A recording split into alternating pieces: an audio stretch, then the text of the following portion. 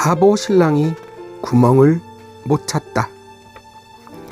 한 어리석은 서생이 장가를 가게 되어 첫날 밤에 어두운 방에서 신부를 맞아 그 몸을 손으로 더듬기 시작했습니다.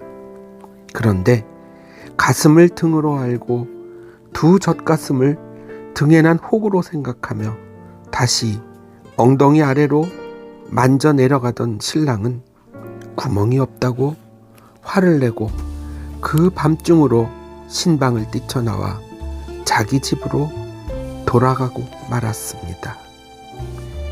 신부의 집에서는 큰 소란이 벌어졌고 그 까닭을 딸에게 물으니 딸은 다음과 같이 시를 지어 말했습니다. 동방화촉이 꺼지고 향내음 사라지는데 참 우습구나. 바보 신랑이 일하다 도망가네. 진정한 경지는 산 앞에서 얻어야 하거늘 헛되이 산등성만 더듬어 심히 고생하더라. 신부의 집에서는 그 시를 즉시 신랑의 아비에게 보냈습니다. 그 아비는 이내 아들을 심히 책망하여 가르친 후 돌려보내니 다시 간 신랑은 제대로 구멍을 찾아서 즐기느라 오랫동안 돌아오지 않았습니다. 이 이야기를 전해 들은 한 이웃이 이렇게 말했습니다. 신랑이 처음에는 구멍을 찾지 못해 울면서 돌아가는 한밤중이었으나 신랑이 다시 구멍을 찾더니만 깊이 빠져서 돌아오지 않는구나.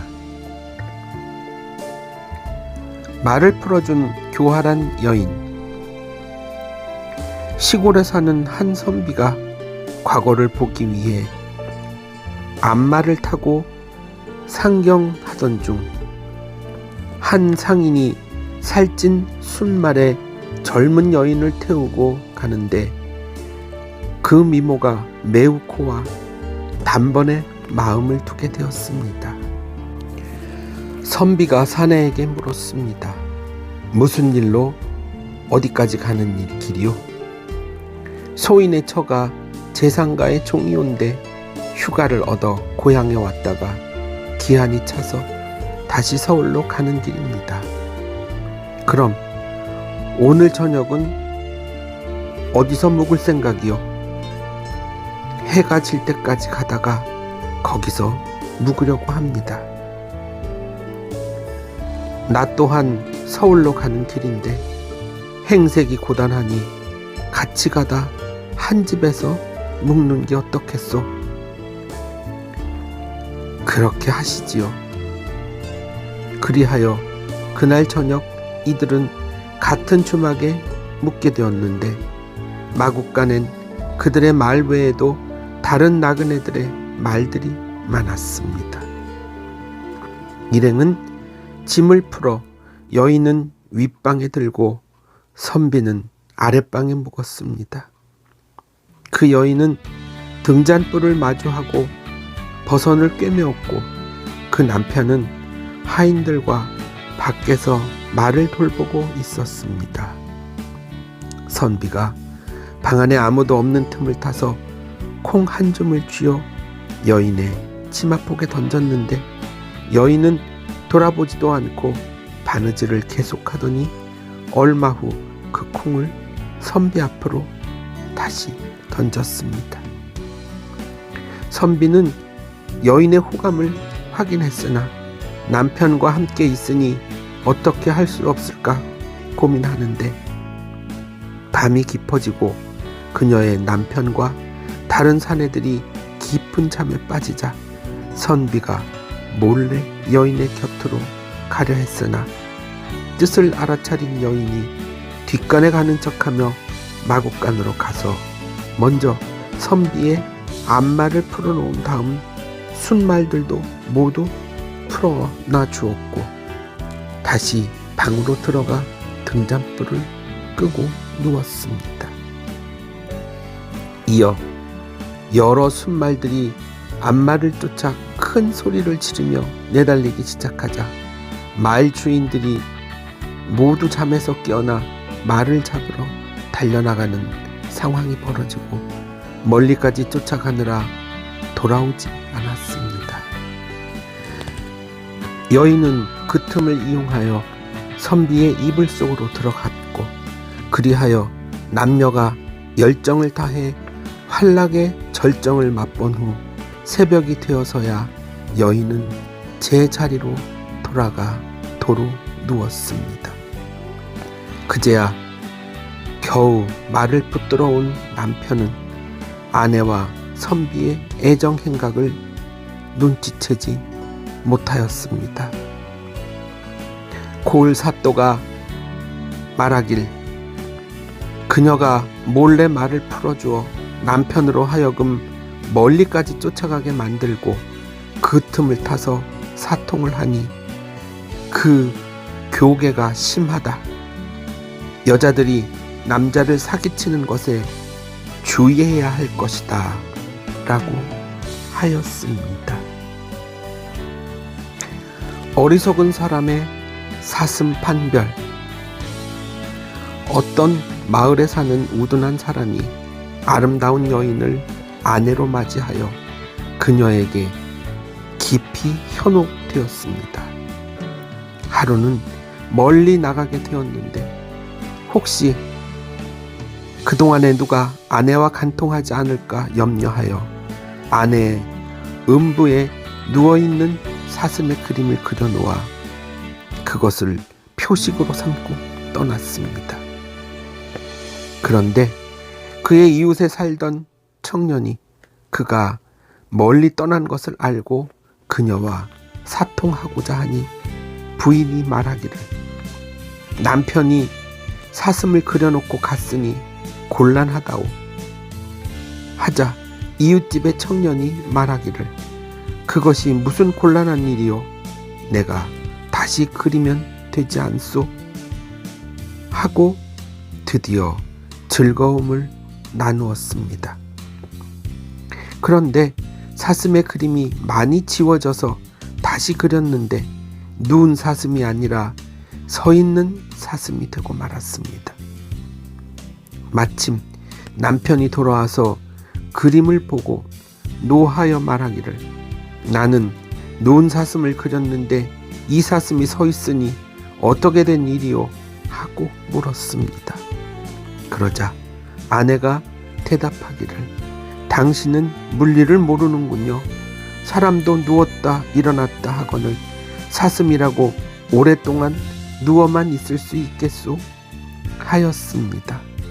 그러나 어리석은 남편은 내가 그린 사슴에는 뿔이 누워 있었는데 이 그림은 뿔까지 서 있으니 어떻게 된 일이요?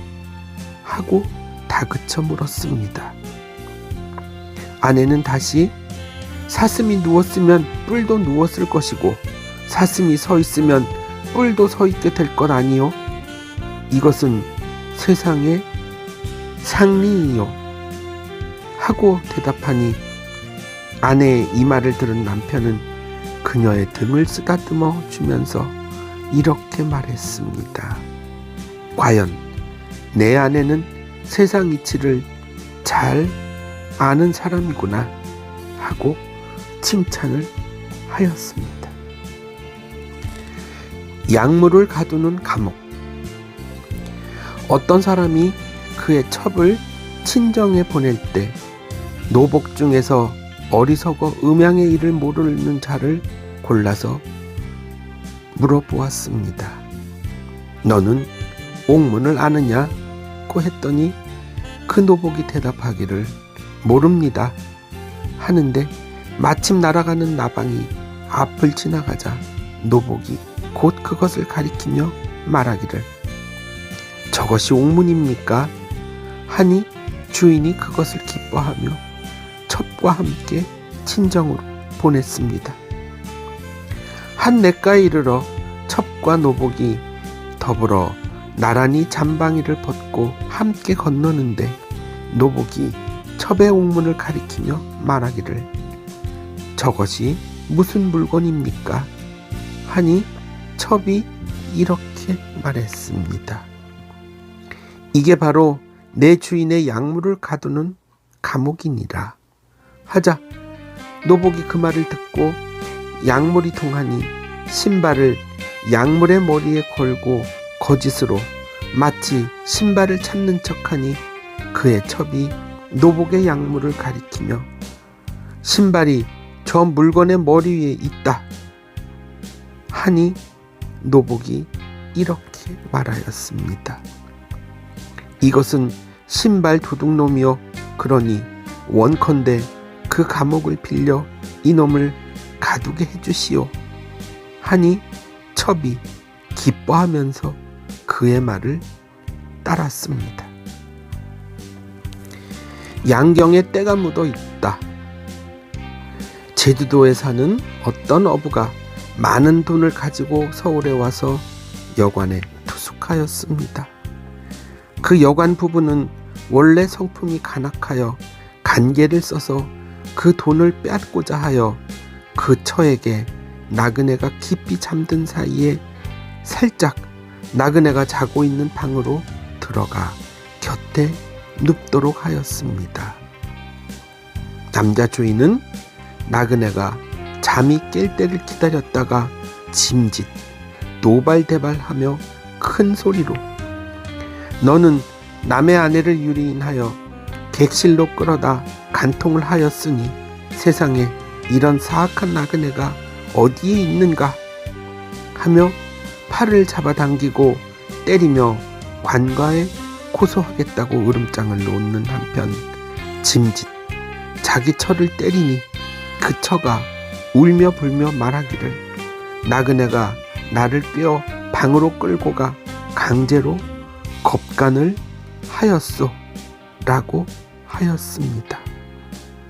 나그네는 깊은 밤에 생각지도 않은 봉변을 당하게 된 셈이나 유구무원인지라 어찌할 바를 모르니 나그네의 결백을 누가 변명하여 줄 것이며 누가 증인으로 나서주겠는가. 드디어 주인 남자가 관가에 가서 고소하였는데 어떤 사람이 들어와서 나그네에게 말하기를 관가에 고소당하게 되면 돈을 잃고도 망신을 당하게 되니 돈으로써 사과하고 서로 화해하는 것이 어떻소 하였는데 이는 필시 여관 주인 남자가 시켜서 하는 일이었습니다. 나그네는 억울하기 막심하지만 돈을 내놓고 사과하기도 어려운 까닭에 그대로 방치하고 있었더니 잠시 후 관가에 소환을 당하게 되었는데 변명한 말이 없던 중 문득 생각나는 것이 있어 방사를 한 양경에 때가 끼어 있사옵니까? 하고 묻자 사또가 말하기를 어찌 때가 묻어 있을 수가 있겠는가? 절대로 때는 묻어 있지 않다 하고 대답하였습니다. 이에 나그네가 그러면 저의 양경을 검사하여 주옵소서 하고 자신의 양경을 꺼내어 보이는데 자세히 보니 때가 잔뜩 끼어 있고 냄새까지 나는지라 사또가 그 애매함을 알고 오히려 여관 주인 부부를 신문하니 나그네 돈을 탐내어 무고를 한 것이라고 자백하였습니다. 코가 약물보다 낫다. 어떤 여자가 몹시 음탕하여 남자의 약물이 큰 사람을 찾고 있었습니다. 속담에 말하기를 코가 큰 사람은 약물도 크다 하여 코가 큰 사람을 찾고 있었는데 하루는 마침 앞마을이 장날이라 자세히 오가는 사람들을 보았으나 별로 코가 큰 사람이 보이지 않아 실망하고 있었습니다.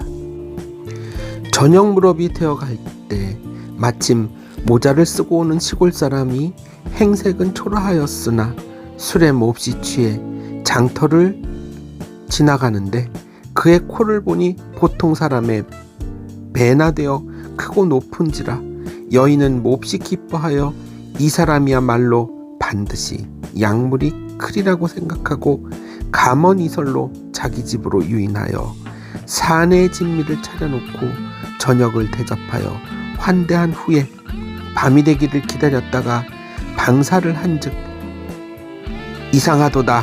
이 사람의 약물이 의외로 작아 어린아이 것과 같아 쾌감을 느낄 수가 없어 분함을 참지 못하여 약물이 코보다 못하구나 하고 책망하면서 몸을 돌려 그 남자의 얼굴 위에 엎드려 높은 코에다 들이밀고 보니 코가 오히려 약물보다 좋아 자유자재로 잠깐씩 진퇴하니 그 남자는 숨을 쉴 수가 없어 거의 혼절할 지경이었습니다. 집집마다 닭이 울고 동역하늘이 혼이 밝기 시작하자 여인은 일어나서 그 남자를 쫓아내었습니다. 그 남자는 허둥지둥 문을 나서 자기 집으로 돌아가고자 하는데 길가에서 사람들이 서로 그 남자의 얼굴을 보면서 미음이 어찌 온 얼굴에 가득하오. 당신은 미음을 입으로 먹지 않고 코로 마셨소? 라고 하였습니다.